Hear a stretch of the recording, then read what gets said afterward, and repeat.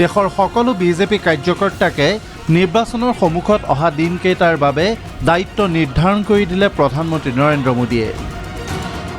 প্ৰতিজন বিজেপি কৰ্মী অহা দিনকেইটাত প্ৰতিটো হিতাধিকাৰী পৰিয়ালৰ কাষলৈ যাব লাগিব।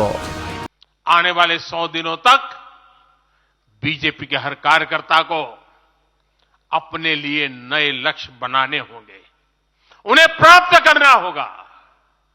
बीते वर्षों में भाजपा सरकार की योजनाओं का लाभ करोड़ों लाभार्थियों को मिला है। हमें हर लाभार्थी तक पहुंचना है।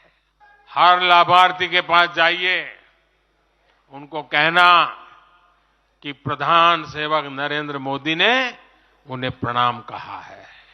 প্ৰথমবাৰলৈ ভোটাৰ হোৱা এজনো যুৱক বা যুৱতী বাদ পৰিব নালাগিব।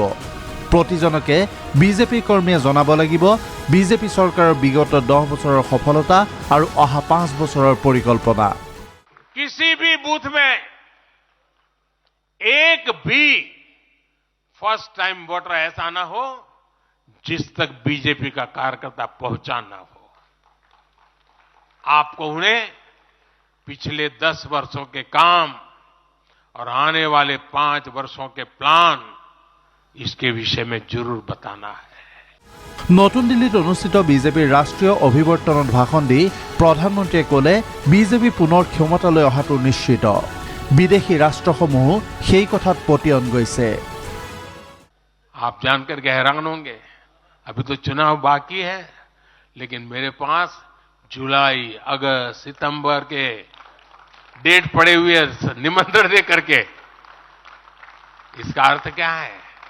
इसका अर्थ है कि दुनिया के विभिन्न देश भी बीजेपी की सरकार की वापसी को लेकर पूरी तरह आश्वस्त है। তেওঁৰ চৰকাৰৰ সফলতাৰ দীঘলীয়া খতিয়ান দি প্ৰধানমন্ত্ৰী মোদীয়ে ক'লে তেওঁৰ চৰকাৰে দেশৰ কোনো প্ৰান্তকে এৰি যোৱা নাই। পূৰ্বৰ চৰকাৰসমূহে অৱজ্ঞা কৰা উত্তৰ পূবকো সম্পূৰ্ণ গুৰুত্ব দিয়া হ'ল।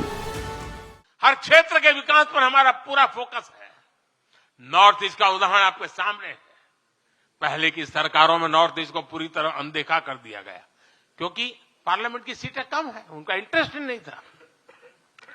हम वोट और सीटों के हिसाब से काम नहीं करते।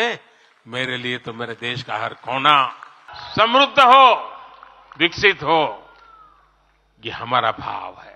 প্ৰধানমন্ত্ৰীয়ে ক'লে তেওঁৰ চৰকাৰতে কেবিনেটত প্ৰথমবাৰলৈ উত্তৰ পূবৰ সৰ্বাধিক সদস্য অন্তৰ্ভুক্ত হ'ল। हमारी कैबिनेट में रिकॉर्ड संख्या में नॉर्थ ईस्ट के मंत्री हैं।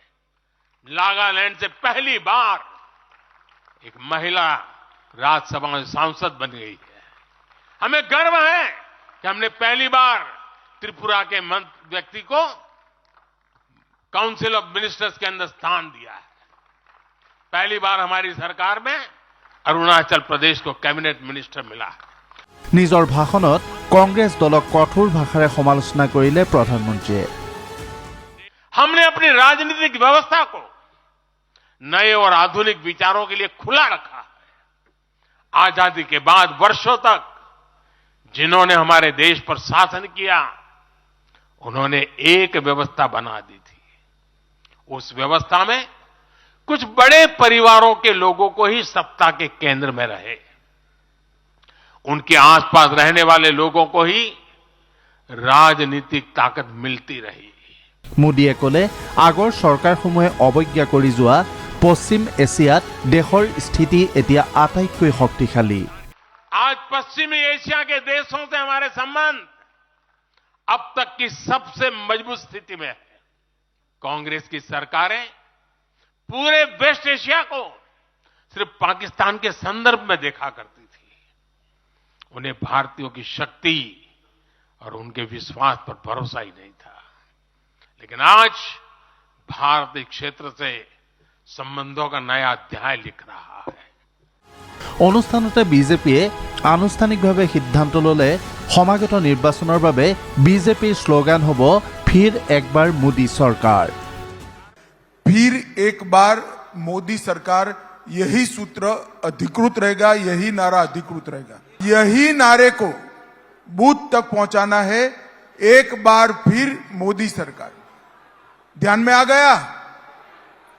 तो फिर से बोले, एक बार फिर मोदी सरकार। धन्यवाद। हम सबको जो दीवार लेखन के लिए नारा मिला है वो यही नारा है, एक बार फिर मोदी सरकार। এই মাথো এটা দেৱাল লিখনেই জিলিকিব লাগিব কাশ্মীৰৰ পৰা কন্যাকুমাৰী, গুজৰাটৰ পৰা অৰুণাচল পৰ্যন্ত। Bureau report DY 365।